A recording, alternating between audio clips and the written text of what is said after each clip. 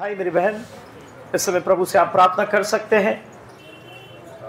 इस समय प्रभु ने आपको दिया है कि आप प्रभु से प्रार्थना करें कि वो आपके बंधनों को तोड़े उसके वचन के द्वारा।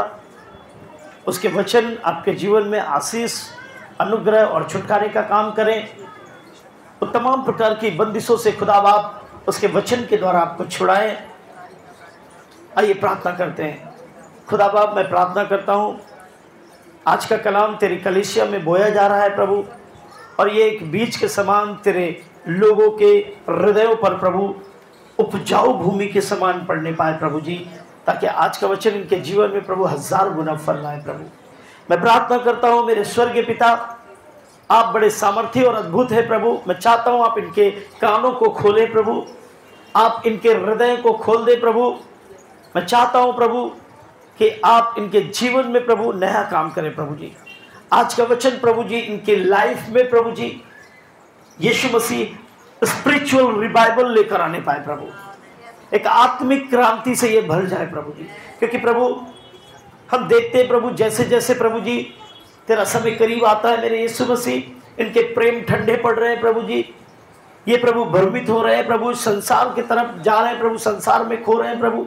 इसलिए मैं प्रार्थना करता हूँ प्रभु जी, अपने वचन से प्रभु इन्हें लगाम लगा प्रभु, इन्हें प्रभु जी समझ दे, ज्ञान दे, बुद्धि दे प्रभु जी, और इनकी रूह में होकर बात कर प्रभु। प्रभु इनके हृदय को नया कर दे प्रभु जी। प्रभु तेरे वचन के अनुसार जैसा तूने प्रभु जी एजेकियल 26 में कहा कि प्रभु मैं तेरे हृदय को बदल दूंगा, मैं तुझे एक नया हृदय दूंगा, मैं तुझे शुद्ध जल से अभिषेक करूंगा, ऐसा प्रभु आपने बोला। तो मैं परमेश्वर प्रार्थना करता हूँ कि यीशु मसीह आपकी बरकत प्रभु इन लोगों पर उतरे और इनका हृदय बदल जाए यीशु के नाम में। मैं प्रार्थना करता हूँ प्रभु जी तेरा वचन बाइबल कहता है कि प्रभु जितना बोलने वाले को काटता है उतना सुनने वाले को भी काटता है प्रभु। मैं चाहता हूँ प्रभु हम सब प्रभु इसमें प्रभु आत्मा पाए, ज्ञान पाए और बुद्धि पाए प्रभु, और हम सब बदले प्रभु यीशु।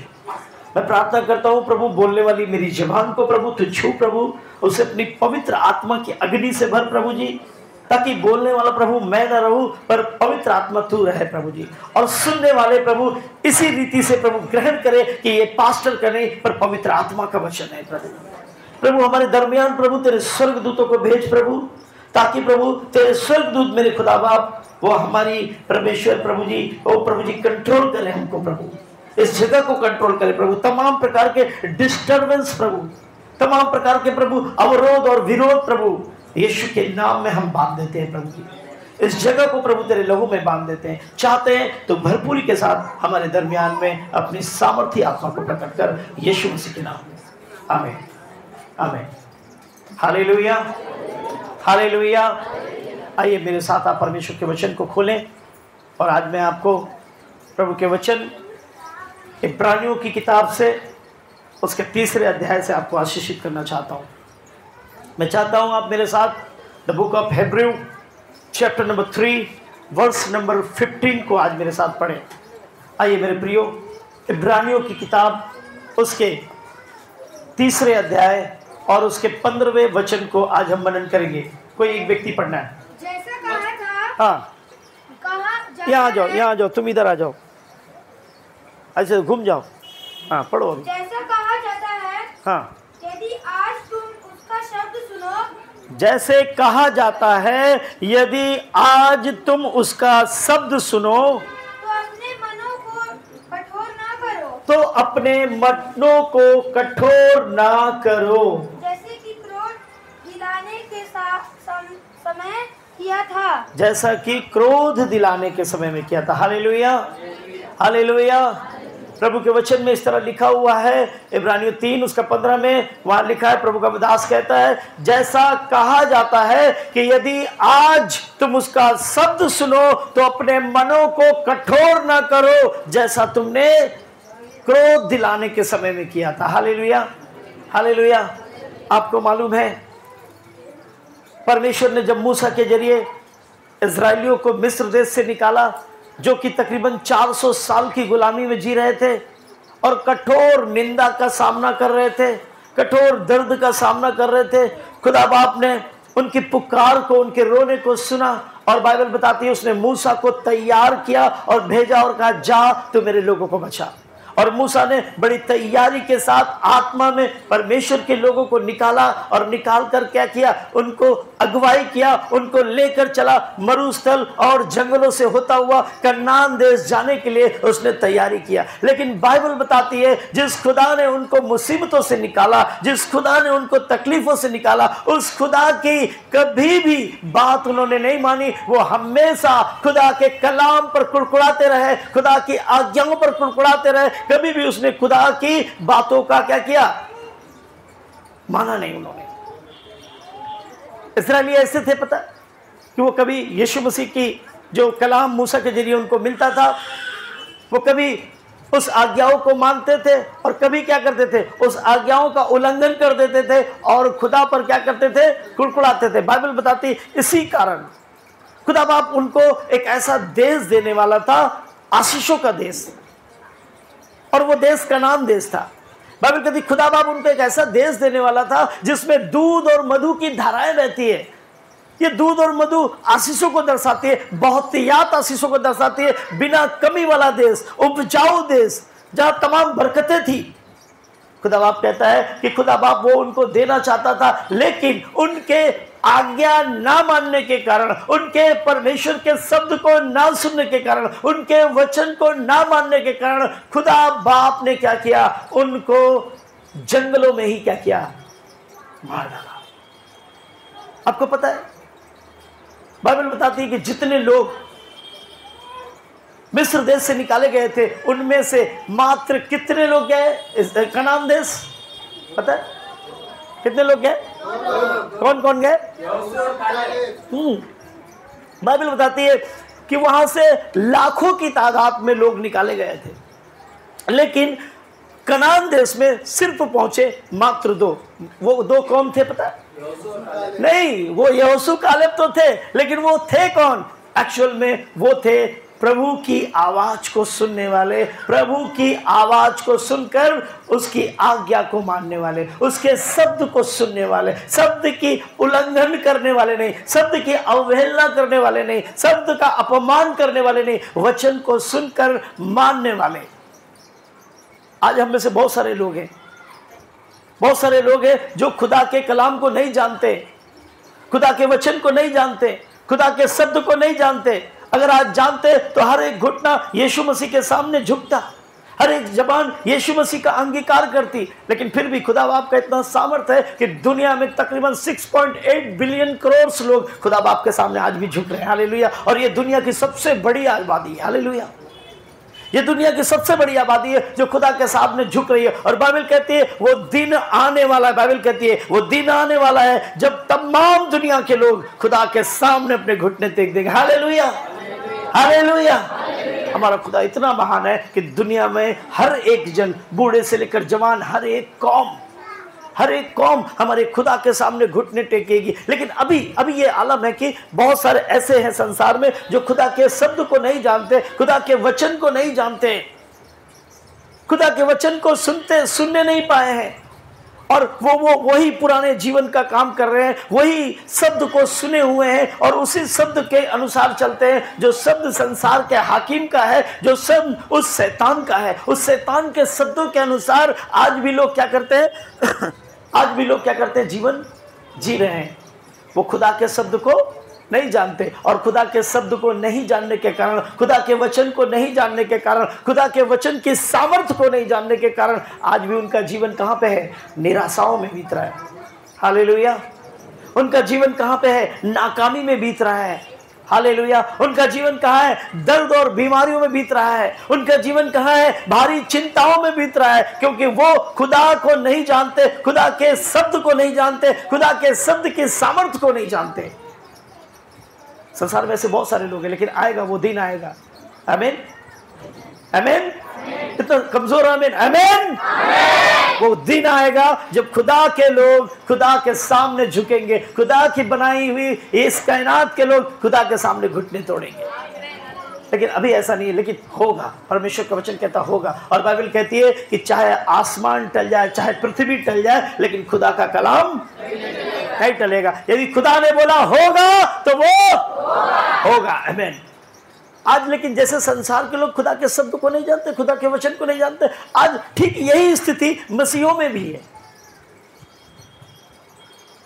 ये ठीक सेम स्थिति आज मसीहों में है। आज मसीह लोग क्या करते हैं, कलीसिया जाते हैं, वचन सुनते हैं, लेकिन वचन इस कान से सुनते और इधर से ठेल के उसको क्या करते हैं, इस कान से पकड़ कर निकाल देते हैं। इस कान से सुनते हैं। कई लोगों से जब आप पूछो कि खुदा ने आपको 2 कान क्यों दिए, तो वो कहेंगे खुदा ने हमें 2 कान इसलिए दिए कि हम एक से सुने और दूसरे से निकाल दें। नहीं, खुदा ने 2 कान इसलिए नहीं दिए, खुदा ने 2 कान इसलिए दिए कि हम और जोरावर रीति से सुने, हम और ताकतवर रीति से सुने, और वो बातें सीधे हमारे हृदय के ऊपर में उतर जाए। लेकिन आज बहुत सारे ऐसे मसीह हैं जो उन अन्य जातियों के समान है, उस संसार के लोगों के समान है, जो खुदा को नहीं जानते और उसके वचन को नहीं जानते। आज हम में बहुत सारे ऐसे लोग हैं जो कलीसिया जाते हैं, प्रार्थना करते हैं और यहां तक कि बाइबल भी पढ़ते हैं, लेकिन क्या है, उसके ऊपर अमल नहीं करते। मतलब शब्द तो सुनते हैं लेकिन शब्द तो सुन रहे, वचन तो सुन रहे हैं लेकिन वचन को मान नहीं रहे। बाइबल का वचन यही तो कहता है, इब्रानियों 3 और 15 यही तो कहता है, यदि तुम आज उसका शब्द सुनो तो तुम अपने मनों को कठोर मत करो। लेकिन आज हम मसीह लोग भी वही कर रहे हैं, हम मसीह भी वही। ये वचन खास करके लोगों के लिए लिखा गया, अन्य जातियों के लिए लिखा गया, नए लोगों के लिए लिखा गया। लेकिन आज हम मसीह भी क्या करते हैं, वचन सुन तो रहे, शब्द सुन तो रहे, लेकिन मन हमारे कैसे हैं, कठोर हैं, कठोर हैं हम। और आज इसीलिए मसीह लोग भी क्या है, पूर्णतः स्वतंत्र नहीं हो पा रहे।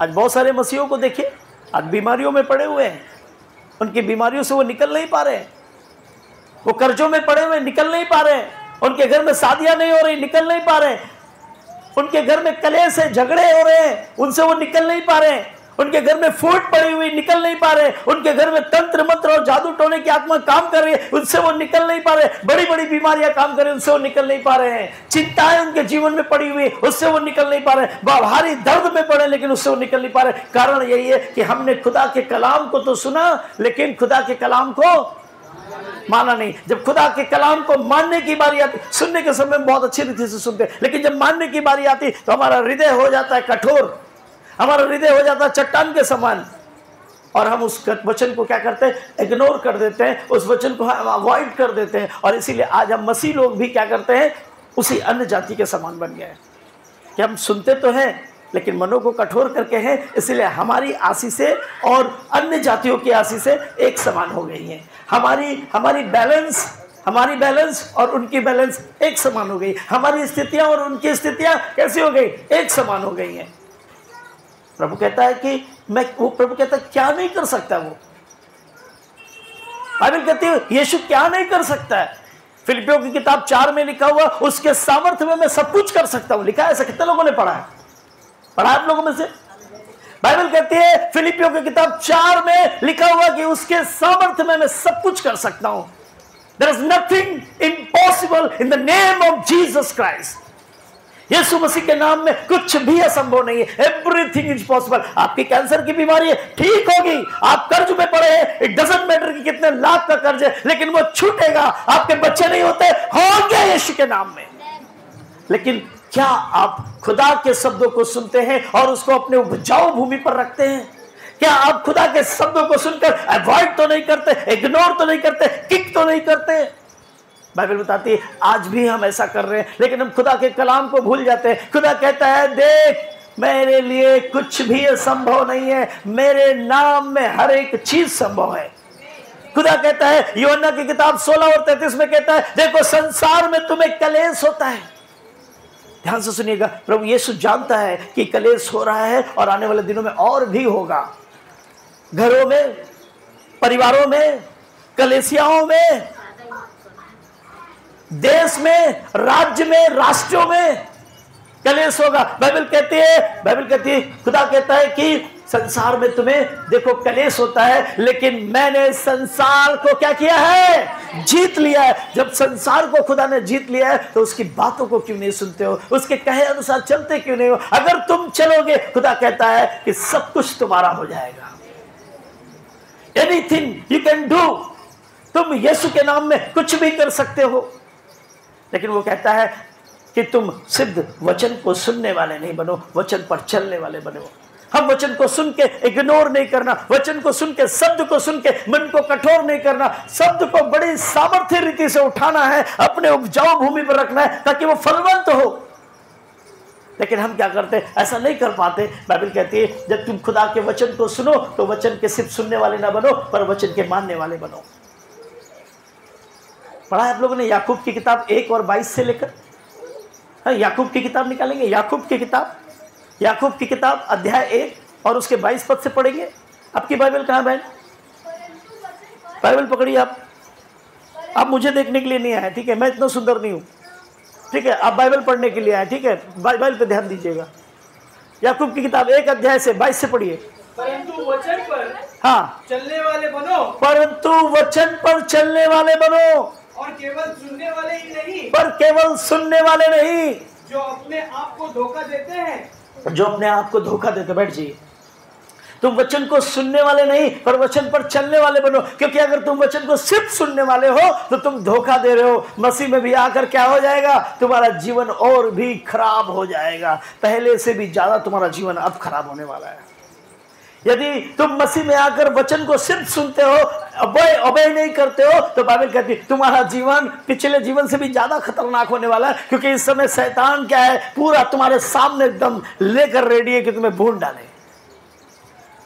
यदि मसीह में हो, बाइबल कहती तुम नई सृष्टि हो, पुरानी बातें बीत गई है तो अब नई बातें आ गई है ना तुम्हारे अंदर प्रार्थना आनी चाहिए ना, तुम्हारे अंदर वचन आना चाहिए ना, तुम्हारे अंदर वो कलीसियाई संगति की आदत आनी चाहिए ना, वो नहीं आ रही है तुम्हारे अंदर।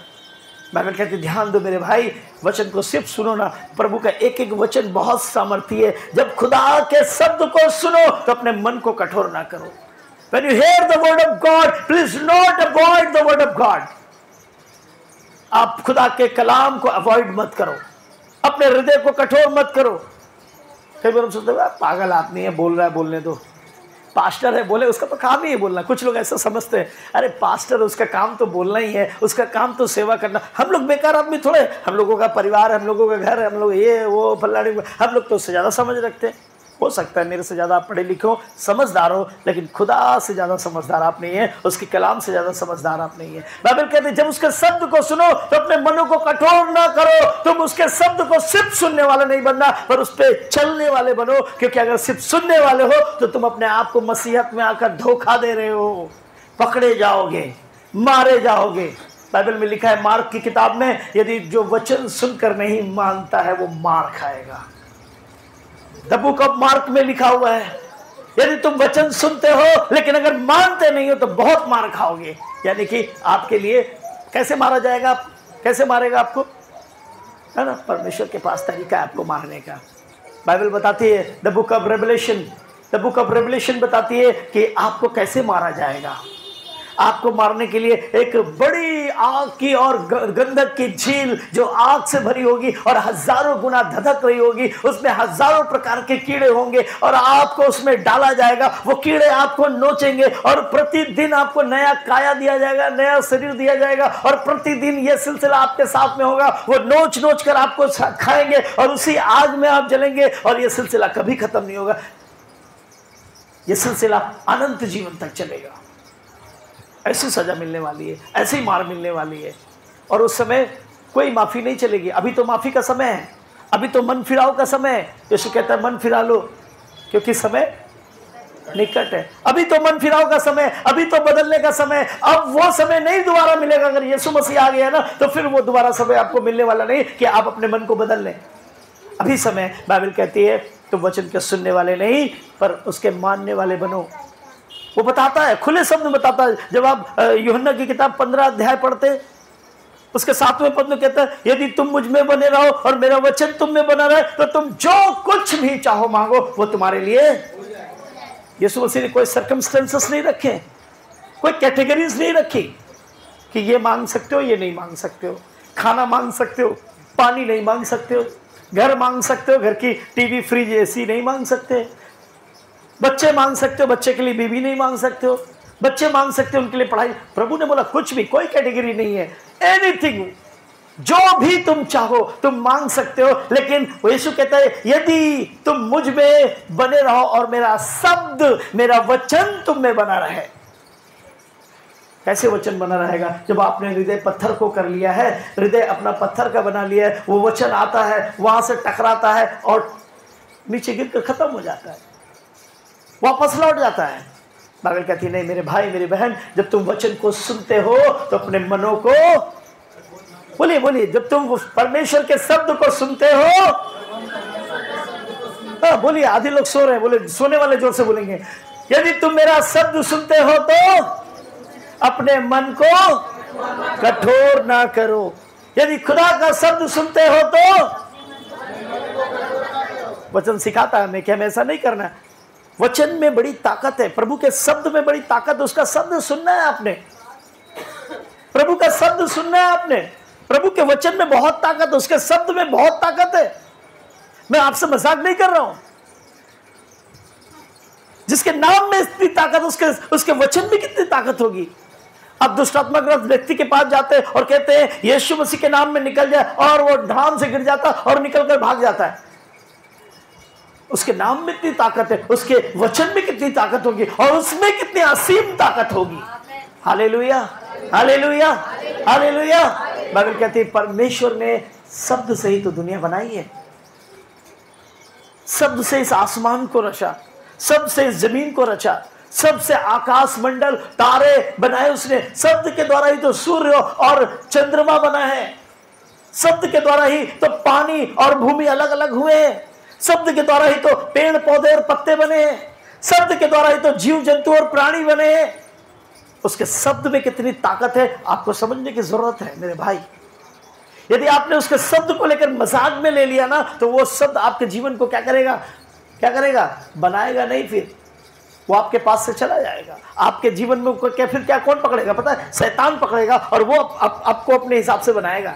वो आपको चोर बनाएगा, वो आपको लुटेरा बनाएगा, वो आपको चुगली करने वाला बनाएगा, वो आपको झगड़ा करने वाला बनाएगा, वो आपको नशा करने वाला बनाएगा, मारपीट करने वाला बनाएगा।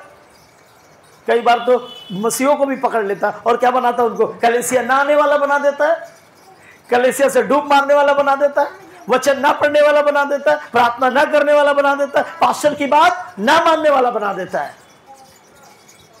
बाइबल कहती है प्रभु के वचन में बड़ा सामर्थ्य है, उसको रिसीव करो। प्रभु का वचन कहता है जब उसके शब्द को सुनो तो अपने मन को उसके शब्द में बड़ा सामर्थ्य है। बाइबल कहती है जब आप इब्रानियों की किताब अध्याय 1 पढ़ते हैं, उसके 3 पद को क्या लिखा हुआ वहां पढ़िए वचन को। वह उसकी महिमा का प्रकाश और उसके तत्व की छाप है।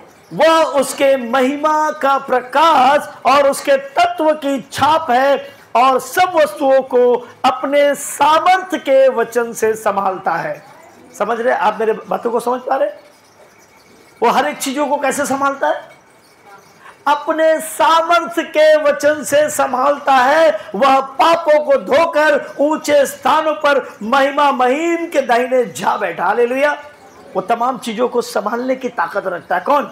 यीशु मसीह का सामर्थी वचन। आप किस स्थितियों में पड़े, किस प्रॉब्लम में पड़े, इससे कोई लेना देना नहीं है। लेकिन अगर आप उसके वचन को रिसीव करते हैं, उसके वचन को अंदर डालते हैं, उसके वचन को पढ़ते हैं, उसके वचन के ऊपर विश्वास करते हैं, अंगीकार करते हैं, तो बाइबल कहती है वो क्या करेगा? आपको संभालेगा। उसका वचन क्या करता है? सामर्थी रीति से, सामर्थ्य के द्वारा क्या करता है? आपको संभालता है। उसका शब्द जो है कमजोर शब्द नहीं है। उसके शब्द में अथाह ताकत है, असीम बेपनाह जो है ताकत है, जो आपको संभालने की कुव्वत रखती है। इसीलिए पास्टर्स हमेशा क्यों बोलते हैं कि भले ही ऑडियो बाइबल पढ़ो, भले ही ऑडियो बाइबल पढ़ो, भले ही कहीं से भी बाइबल पढ़ो, लेकिन बाइबल पढ़ो। जब आप बाइबल पढ़ेंगे तो वो प्रतिदिन आपको संभालेगा। पास्टर कहते हैं सुबह उठकर अपनी बाइबल पढ़ो, सुबह उठकर अपनी बाइबल पढ़ो। जब आप सुबह उठकर अपनी बाइबल पढ़ते तो वो सारा दिन अपने सामर्थ्य के द्वारा आपको संभालता है। हमें से बहुत सारे लोग ऐसे जो सप्ताह बाइबल ही नहीं पढ़ते, गायब है बाइबल किस चिड़िया का नाम है उनको पता ही नहीं है। बाइबल में कितनी किताबें, उनको बाइबल मालूम ही नहीं। जब आपको बाइबल के विषय में कुछ नहीं मालूम है, उसके वचन के बारे में कुछ नहीं मालूम है, वो कैसे आपको संभालेगा? आप इससे कोई मतलब नहीं रखते आप कितने बड़े विश्वासी हैं, कितने सालों से आ रहे हैं, या आप लीडर पद पे हैं या किसी विश्वासी पद पर हैं, इससे कोई मतलब नहीं है। आप 20 साल के विश्वासी होंगे, आप 75 साल के विश्वासी होंगे, इससे कोई फर्क नहीं पड़ता यीशु मसीह को। लेकिन अगर आप उसके शब्द को एक्सेप्ट नहीं करते, उसके वचन को एक्सेप्ट नहीं करते, अपने मनों को कठोर करते, वो आपको नहीं बनाएगा। लेकिन अगर आप उसको एक्सेप्ट करेंगे, परमेश्वर कहता है वो सामर्थी रीति से आपको संभालेगा। कौन? उसका वचन, उसका शब्द। इसलिए शब्द को सुन के कभी भी मन को कठोर ना करो। प्रभु के वचन में लिखा है उसका शब्द जो है क्या है? जीवन है। क्या है? यीशु का वचन शब्द क्या है? यीशु का वचन क्या है? जब आप इब्रानियों की किताब पढ़ते हैं 11 अध्याय आप पढ़ते हैं, उसके 3 पद को पढ़ेंगे तो वहां पे लिखा है विश्वास से हम जानते हैं कि सारी सृष्टि की रचना परमेश्वर के वचन के द्वारा हुई है। यह नहीं कि जो कुछ देखने में आता है वह देखी हुई वस्तुओं से बना हुआ है। Hallelujah, hallelujah. अभी मैंने बताया ना कि हर एक चीज की रचना करने की सामर्थ्य किसमें है? प्रभु के शब्द में है। यानी कि प्रभु का शब्द क्या है? जीवनदायक शब्द है। इस संसार में जितना भी जीवन आप देख रहे हैं वो सब प्रभु के शब्द के द्वारा है। यानी कि प्रभु के वचन में जीवन देने की सामर्थ्य है।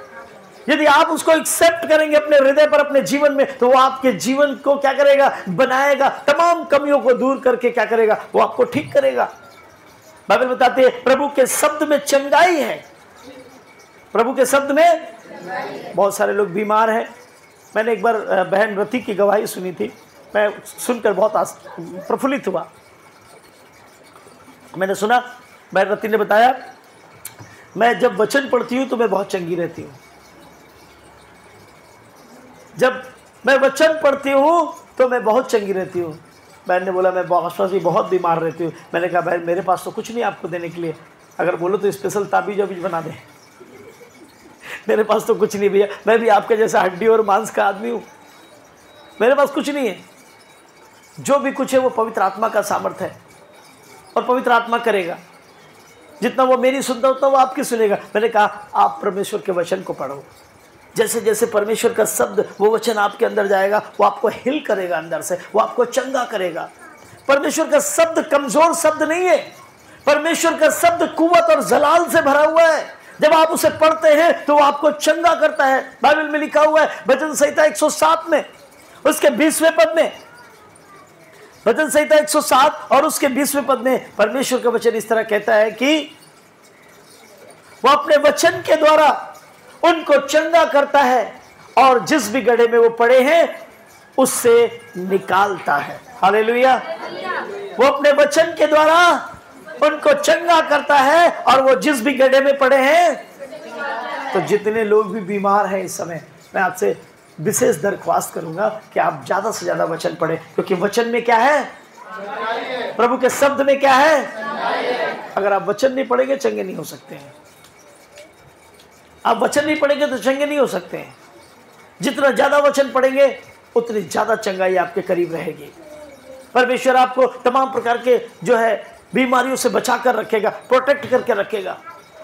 आपने पढ़ा है अय्यूब के घर जब शैतान गया तो शैतान ने बोला मैं उसे छू नहीं सकता, क्योंकि तेरे अनुग्रह का बाड़ा उस अय्यूब पर है।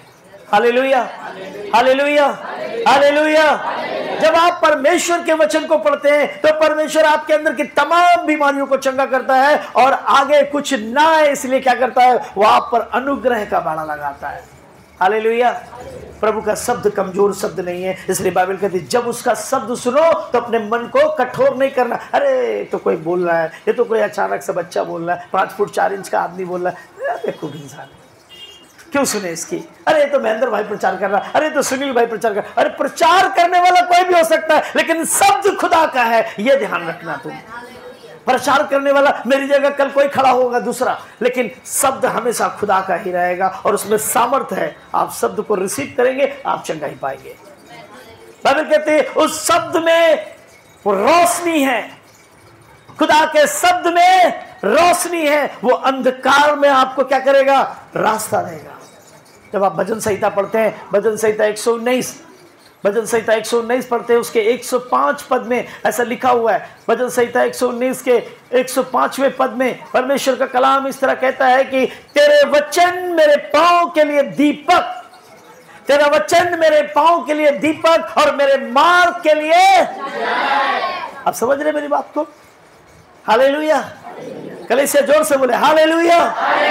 प्रभु का वचन क्या है? आपके मार्ग के लिए और आपके पांव के लिए दीपक है। आपको अंधकार में कभी भटकने नहीं देगा प्रभु का वचन। कभी कभी हम बोलते हैं यार समझ में नहीं आ रहा, क्या करें, बुद्धि काम नहीं कर रही। कई बार आप लोग अपने बहुत खास दोस्त या सहेली के साथ जाते हैं और राय मशुरा करते हैं कि मैं क्या करूं, मैं कैसे करूं, ए बहन बता दे क्या होगा, ए भाई बता दे मेरे जीवन में क्या होगा, अब मैं क्या करूं, तब मैं क्या करूं, वो कैसे होगा, ये कैसे होगा। सुलेमान बच्चा ही था, सुलेमान बच्चा ही था। वो खुदा से कहता खुदा मुझे पता नहीं इसको कैसे संभालूंगा, इतने बड़े राज्य को कैसे संभालूंगा। खुदा तू मुझे कुछ मत दे, तू मुझे कुछ मत दे, मुझे ज्ञान और बुद्धि दे, अपना वचन दे मुझे। और खुदा ने जब उसे वचन दिया ना, वो न्याय करने वाला बन गया। हालेलुया। वो न्यायी बन गया, न्याय करने वाला बन गया, बड़े बड़े फैसले छोटी उम्र में करने वाला बन गया, क्योंकि खुदा के कलाम में सामर्थ्य है। खुदा आपको रोशनी देता है, कभी आपको भटकने नहीं देगा। कुछ लोग सुलेमान को जांचने के लिए 2 स्त्रियों को सुलेमान के करीब ले आए। आपने पढ़ा, कितने लोगों ने पढ़ा? सुलेमान तभी बच्चा है, एक बच्चा अबोध होता है या एग्जैक्टली ओके हाँ। तो सुलेमान तभी बच्चा, उसे मालूम नहीं, वो अंधकार के जीवन में, उसको पता नहीं कैसे न्याय करना है। परमेश्वर ने वचन दिया उसको, परमेश्वर ने अपनी रोशनी दी, परमेश्वर ने अपना शब्द दिया और 2 स्त्री एक बच्चे को लेकर आई। एक कहती है ये बच्चा मेरा है, दूसरा कहती है सुलेमान ने क्या किया, ठीक है एक काम करो, जिसका भी बच्चा है मैं इसको आधा आधा कर देता हूं तुम्हारे लिए, आधा आधा कर देता हूं मैं तुम्हारे लिए। लेकिन एक स्त्री ने, जो उसकी ओरिजिनल मां नहीं थी, उसने कहा हाँ हाँ आधा आधा कर दो, हम खुश रहेंगे इसमें, है ना। ये जो कहानी, ये दृष्टांत कई सारे फिल्मों में लिया गया, नाटकों में भी लिया गया, है ना। जैसे एक ये वाली दृष्टांत लोगों के बीच में प्रचलित है कि अगर कोई तुम्हारे एक गाल पे झापड़ मारे तो अपना दूसरा बढ़ा दो। और बोलते हैं कि ये कहावत गांधी जी ने बोली था। गांधी जी बेवकूफ आदमी, उसको कुछ नहीं मालूम है। वो बाइबल पढ़ने वाला, बाइबल से चोरी किया उसने, और बाइबल से चोरी करके कहता है कि तुम्हारे गाल पर कोई एक झपड़ मारे तो दूसरा भी बढ़ा दो। ये उसका कलाम नहीं है, ये खुदा का कलाम है। खुदा ने कहा था अगर तुम्हारे कोई गाल पर एक झपड़ मारे तो दूसरा बढ़ा दो। अभी स्त्री ने क्या किया, बोला हाँ मैं मंजूर करती हूँ, मैं मंजूर करती हूँ, बच्चे को आधा काट दो, आधा उसको दे दो, आधा मुझे दे दो। जो ओरिजिनल माँ है वो दुख से तड़प उठी, बोले नहीं नहीं नहीं, एक काम करो, बच्चे को मत काटो, इनको पूरा का पूरा दे दो। कटने से उसका बच्चा खत्म हो जाएगा, उसका बच्चा मर जाएगा। असल माँ जो अपने बच्चों को जीवित देखना चाहती है, भला चंगा देखना चाहती है। असल माँ जो है, जिसने उसे जन्म दिया कष्ट से, वो उसकी खराबी, उसकी बर्बादी कभी देखना नहीं चाहेगी। और इस फैसले को करने के लिए उस बच्चे को मौका मिला और खुदा ने उसे रोशनी दी, अंधकार में ज्योति दी, और वो फैसला कर पाया। खुदा का शब्द कमजोर शब्द नहीं है। खुदा के शब्द को शैतान के शब्द से कंपेयर मत करें, खुदा के शब्द को संसारिक लोगों के शब्द से कंपेयर मत करें। खुदा का शब्द सामर्थी शब्द है, इसीलिए बाइबल कहती है वो तेरे पांव के लिए दीपक और तेरे मार्ग के लिए उजियाला बन जाएगा, यदि तूने उसका शब्द सुना और ग्रहण किया। यदि तू उसका शब्द सुने तो कठोर मत करना, अपने मन को अवॉइड मत करना खुदा के कलाम को। बाइबल कहती है उसका शब्द आपको उम्र दराज करता है, उसका शब्द आपको कुशलता देता है, उसका शब्द आपकी बुद्धिमत्ता को बढ़ाता है, उसका शब्द आपको अनुग्रह देता है। उसके शब्द में इतनी ताकत है। ये मत सोचो कौन बोल रहा है, ये मत सोचो कब बोला गया है, ये सोचो मैंने आज सुना है और मैं ऐसा ही करूंगा। ये डेडिकेशन होना चाहिए आपका। कई बार आपको पास्टर्स बोलते हैं, आप कई बार उसको अदरवाइज ले लेते हैं, बोला अरे देखो पास्टर इससे मुझे झाड़ रहा है, नहीं नहीं नहीं नहीं नहीं, डोंट टेक अदरवाइज। आप उसे ये लेना है कि नहीं, खुदा ने मुझसे बात की है और पास्टर के जरिए उसने बोला है, मैं ऐसा ही करूंगा। अगर पास्टर ने कोई डिसिप्लिन निकाली है, मैं ऐसा ही करूंगा। अगर किसी बात को करने के लिए पास्टर ने बोला, मैं ऐसा ही करूंगा, क्योंकि खुदा की ओर से है वो। पर कहते जब आप खुदा के शब्द को सुनते हैं तो इनकार मत करना। यदि आप अपने पास्टर के शब्द का इनकार करते हैं, आज एक बच्चे ने मेरा इनकार किया, मैंने उसको बोला एक काम कर लो, उसने कहा नहीं मैं नहीं जा सकता। यदि आप पास्टर को अवॉइड करते हैं तो आप खुदा को अवॉइड करते हैं। यदि आप पास्टर के शब्द को सुनकर अवॉइड करते हैं, आप खुदा के शब्द को सुन कभी नहीं पाएंगे। सामुएल बच्चा था, उसने खुदा के शब्द को नहीं पहचाना। खुदा के उस दास ने बताया ये खुदा का शब्द है, सुन, और जब आए तो ऐसा कहना।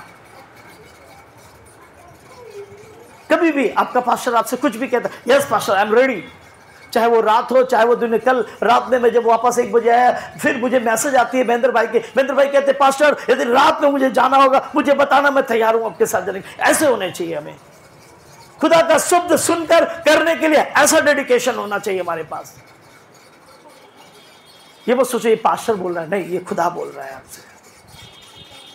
खुदा का शब्द सुनकर हार्ड डेडिकेशन होना चाहिए। यस, खुदा ने बोला आज से मैं ऐसा ही जीवन बिताऊंगा, आज से मैं ऐसा ही करूंगा, आज से मैं खुदा के किसी भी शब्द का अवॉइड नहीं करूंगा, उसे ठोकर नहीं मारूंगा, उसे अपने उपजाऊ हृदय पर क्या करूंगा, रखूंगा। क्योंकि खुदा का शब्द आपको आयु बढ़ा देता है, खुदा का शब्द आपको कुशलता देता है, खुदा का शब्द आपको बुद्धि देता है, खुदा का शब्द आपको अनुग्रह से भर देता है। जब आप पढ़ते हैं नीति वचन की किताब अध्याय 3, नीति वचन की किताब अध्याय 3 और उसके 1 पद से लेकर आगे तक पढ़ेंगे तो वहां पे लिखा हुआ है, पढ़ेंगे जी।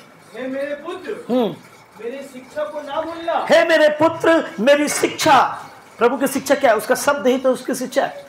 प्रभु का वचन कहता है हे मेरे पुत्र मेरी शिक्षा को नहीं भूलना, अपने हृदय में हाँ मेरी आज्ञाओं को रखे रहना। कहाँ रखना, अपने हृदय में। इस हृदय को क्या करो, मांस का बनाओ, ये पत्थर का है। बार बार वचन आता है, गिर जाता है, बाहर टूट जाता है, वापस हो जाता है। प्रभु कहता है मेरे वचन को अपने हृदय पर रख, मेरे शब्द को अपने हृदय पर रख, क्योंकि ऐसा करने से तेरी आयु बढ़ेगी, ऐसा करने से तेरी आयु। ये मत सोच किसका वचन है, किसने बोला है। परमेश्वर का वचन कभी भी अपने बच्चों को नुकसान नहीं पहुंचाता। मैंने पिछले दिन एक भाई के साथ शेयर किया, मैंने कहा कभी मत ऐसा सोचना कि एक पास्टर अपने लीडर से अपने विश्वासियों को नुकसान पहुंचाएगा। आत्मिक पिता कभी अपने बच्चों को नुकसान नहीं पहुंचाएगा, क्योंकि अगर वो नुकसान पहुंचाएगा खुदा को उसे जवाब देना है।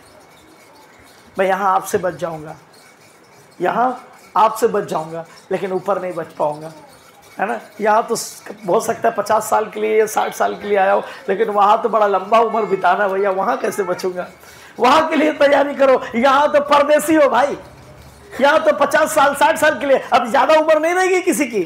कल हमारे जो अंकल थे, मैंने बताया डगलस एडवर्ड, वो 75 साल की उम्र में चल दिए। पुराने खाए पिए थे, घी मक्खन खाए हुए थे, इसीलिए चल रहे थे 75 साल के। हम और आप क्या खा रहे हैं, हाइब्रिड वाली भिंडी, ढाका की फूल गोभी, है ना, ढाका की फूल गोभी खा रहे हैं, रांची की फूल गोभी खा रहे हैं, रांची का मटर खा रहे हैं। खाते ही पेट में गैस बन गई तुरंत। पास्टर जी एक गैस का टैबलेट दीजिए, है ना। हमारा विजय भाई बहुत ऐसे बोलता है अगर मैं कोई टैबलेट खाता तो वो भी खाता है तो पास्टर जी गैस की टैबलेट दीजिए, थोड़ा कोई हाजमी के लिए। हम खा क्या रहे हैं, हम हाइब्रिड खा रहे हैं, हम फर्टिलाइजर को खा रहे हैं। हमारी उम्र ज़्यादा नहीं होगी। यहाँ की उम्र के लिए कुछ मत करो, यहाँ के जीवन के लिए कुछ मत करो, वहाँ के जीवन के लिए तैयारी करो, क्योंकि वहाँ का जीवन बड़ा लंबा जीने वाला है, अनंत जीवन वहाँ मिलने वाला है। बाइबल कहती है जब तुम खुदा के कलाम को अपने हृदय पर रखोगे तो खुदा का कलाम तुम्हारी आयु को क्या करेगा, बढ़ा देगा। पुराने समय में आदम कितने लंबे 968 साल जी रहा है। आदम 968 साल जी रहा है, नूह 600 साल जी रहा है, कोई 700 साल जी रहा है, और यहाँ हम लोग 60-70 में क्लियर हो जा रहे हैं, है ना। कितनी दुख की बात है, 60-70 में क्लियर, वो भी परेशान दुखी होकर। पुराने समय के लोग ऐसा क्यों, इतना क्यों जीते थे? कभी हमने मंथन किया, कभी हमने सोचा कि पुराने समय के लोग इतना जिंदा कैसे रहते थे, उनकी उम्र इतनी लंबी कैसे रहती थी? क्योंकि वो खुदा के करीब रहते थे। क्योंकि उनमें सच्चाई थी, क्योंकि वो वचन पर चलते थे। ये हमने कहावत कहां से सुनी कि झूठ मत बोलना, झूठ मत बोलना? हमने कहावत कहां से सुनी? पुराने समय से सुनते आ रहे हैं हम लोग। अभी के समय में क्या है? कोई पूछे तो बता देना नहीं है, ऐसा होता है ना। कोई घर पे आया, कोई है, बाबू बोल दो पापा नहीं है, पापा नहीं है, मम्मी नहीं है, बोल दो। पुराने समय से हमने सीखा कि झूठ नहीं बोलना। उनको बैठने के लिए जगह दीजिए प्लीज, है ना। पुराने समय से हमने सीखा है कि झूठ नहीं बोलना, लेकिन आज के समय में हम क्या कर रहे हैं? तो पुराने समय की टीचिंग हम तक पहुंची है, पुराने समय की टीचिंग हम तक पहुंची है। हालेलुया। तो पुराने समय के लोग वचन में जीते थे, वचन के साथ जीते थे, इसीलिए बाइबल कहती है उनकी उम्र लंबी थी। और बाइबल कहती है यदि हम खुदा के शब्द को अपने हृदय पर रखते हैं तो खुदा का शब्द हमारी उम्र को बढ़ाएगा। बाइबल कहती है कृपा और सच्चाई तुझसे अलग ना होने पाए, वरन उनको अपने गले का हार बना और अपने हृदय रूपी पटिया में लिखना, और तू परमेश्वर और मनुष्य दोनों का अनुग्रह पाएगा और तू बुद्धिमान हो जाएगा। आप समझ पा रहे हैं? यदि वचन अपने अंदर रखते हैं तो तू मनुष्यों का भी अनुग्रह पाएगा और परमेश्वर का भी अनुग्रह पाएगा। मैं पढ़ा लिखा आदमी, बैंक में जॉब करने वाला आदमी, न मनुष्यों के बीच में आदर था और न कहीं और आदर था। सब बोलता था ए फलाना, ए ढिमका। हाँ, अभी क्या, जब से प्रभु के वचन को रखा, पास्टर जी आ गया है, बदल दिया खुदा ने, रुतबे को बदल दिया खुदा ने, प्रतिष्ठा को बदल दिया, गरिमा को बदल दिया। कैसे? वचन को रखा मैंने। बाइबल कहते हैं जब तू खुदा के कलाम को अंदर रखेगा, अपने हृदय पर रखेगा, उसके शब्द को सुनेगा, ठोकर नहीं मारेगा, तो तू मनुष्य और परमेश्वर दोनों का अनुग्रह पाएगा। हालेलुया। और बाइबल कहती है तो बुद्धिमान भी हो जाएगा। प्रभु के शब्द को सुनेंगे तो, है दीदी, प्रभु के शब्द को सुनेंगे तो क्या हो जाएंगे? प्रभु का शब्द आपको इंटेलिजेंट बना देगा, है ना। और एक चीज मैं आखिरी बात बताना चाहता हूं, प्रभु का जो शब्द है, बाइबल बताती है सबसे बड़ा क्या काम करता है पता है? इस पूरी दुनिया में पता है शैतान का कब्जा है। चारों तरफ संसार का हाकिम बन बैठा है। वो भाई को भाई से लड़ाता है, वो नफरत फैलाता है, वो व्यभिचार लेकर आता है, वो लड़ाइयां कराता है, वो अकाल कराता है, वो महामारी करवाता है, वो दंगे करवाता है, वो देश से देश और राज्य से राज्य को लड़ाता है, वो भेदभाव और भ्रम फैलाता है, वो लोगों को तोड़ रहा है, मरोड़ रहा है, तरह तरह की बीमारियां दे रहा है, लोगों को लाचार कर रहा है, चिंता में डाल दे रहा है शैतान। लेकिन खुदा कहता है कि यदि तुम उसके कलाम को अपने हृदय पर रखते हो, उसके शब्द को अपने हृदय पर रखते हो, तो तुम शैतान पर फतेह पाओगे। जब आप मत्ती की किताब उसके 4 अध्याय को पढ़ते हैं, बड़े गौर से, घर में मार्क कर लीजिए, बड़े गौर से जब आप उसे पढ़ते हैं तो बाइबल बताती है खुदा के बेटे की परीक्षा शैतान ने की। खुदा के बेटे यीशु मसीह की परीक्षा शैतान ने की। उसको गुंबद में लेकर गया, बोले यहां से अपने आप को गिरा दे बेटा, और तेरा परमेश्वर तुझे बचा लेगा। उसको बोला, पत्थर दिखाया, बोला ये पत्थर को बोल रोटी बन जाए। उसको बोला मेरे सामने, उसको वैभव दिखाया, पैसा कौड़ी धन दौलत सब दिखाया, बोला ये देखता है सब मेरा, मैं तुझे दे दूंगा, मुझे दंडवत कर। लेकिन खुदा ने क्या किया? खुदा ने कैसे मारा शैतान को? खुदा ने शैतान पर कैसे जय पाई? खुदा ने वचन के जरिए, खुदा ने शब्द के जरिए, खुदा ने बता दिया कि शब्द सामर्थी है, खुदा ने बता दिया कि शब्द ताकतवर है। यदि शब्द आपके पास है, आप शैतान के ऊपर हुकूमत कर सकते हैं। आप शब्द अगर आपके साथ है, वचन आपके साथ है, शैतान आपका कभी कुछ नहीं बिगाड़ पाएगा। बाइबल में लिखा है शैतान ने परीक्षा किया और प्रभु यीशु ने शब्द से उसको हरा दिया, और देखो शैतान उसके पास से चला गया और स्वर्गदूत उसकी क्या करने लगे? महिमा करने लगे। आप समझ पा रहे शब्द की सामर्थ्य को? बाइबल कहती है परमेश्वर का शब्द, इब्रानियों की किताब 4:12 में लिखा, परमेश्वर का शब्द 2 धारी तलवार के समान है। वो हड्डी हड्डी गूदे गूदे को भेद देता है। वो हड्डी हड्डी गूदे गूदे को भेद देता है। वो ऐसा सामर्थ्य रखता है। वो असल और नकल में फर्क कर सकता है। वो शत्रु और शैतान में फर्क कर सकता है।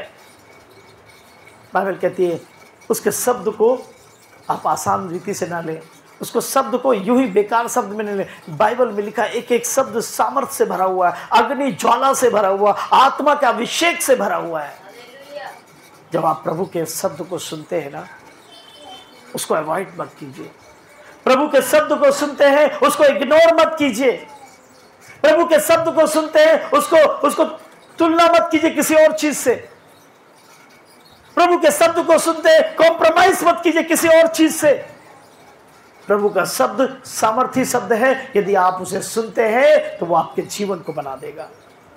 यदि आप उसके शब्द को सुनते हैं तो बाइबल कहती है जब उसके शब्द को सुनो तो क्या करो, अपने मनों को कठोर ना करो, क्योंकि अगर कठोर कराओगे तो उस कनान में नहीं पहुंच पाओगे।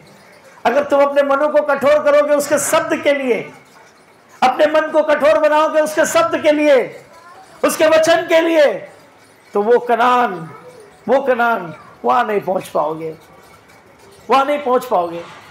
ये तमाम मेहनत बेकार हो जाएगी, तमाम संघर्ष बेकार हो जाएगा, कलीसिया आना बेकार हो जाएगा, अपना दान देना बेकार हो जाएगा, सभाओं में जाना बेकार हो जाएगा, बत्तीसवां लेना बेकार हो जाएगा सब आपका।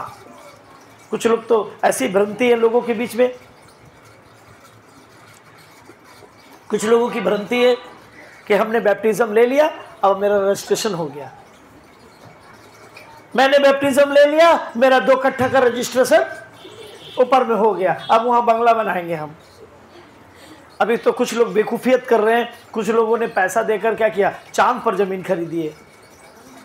चांद पर कैसे जाओगे? बेवकूफियत हो रही है, बेवकूफियत हो रही है। लोग चांद पर जमीन खरीद रहे, पृथ्वी पर का तुम्हारा ठीक नहीं है। जहां पर तुम पैदा हुए, जहां तुम्हारी पुश्तें बड़ी हुई, तुम्हारी पुश्तें जन्मी और मर गई, वहां का तुम्हारा ठीक नहीं है। चांद पर क्या कर लोगे? कौन सी फसल बो दोगे? कौन सी फसल काट लोगे तुम ऊपर? चांद पर घर ना बनाए, जमीन का बसेरा ना करें। खुदा ने आपके लिए एक घर बनाया है, उस घर के लिए अपने आप को तैयार करें। खुदा ने आपके लिए एक घर बनाया है, उस घर के लिए अपने आप को तैयार करें। जब भी उसके वचन को सुनते हैं उसी घड़ी तय कर लीजिए, डेडिकेशन कर लीजिए, आज मैंने ये सीखा है और मैं इसको ओबे करूंगा।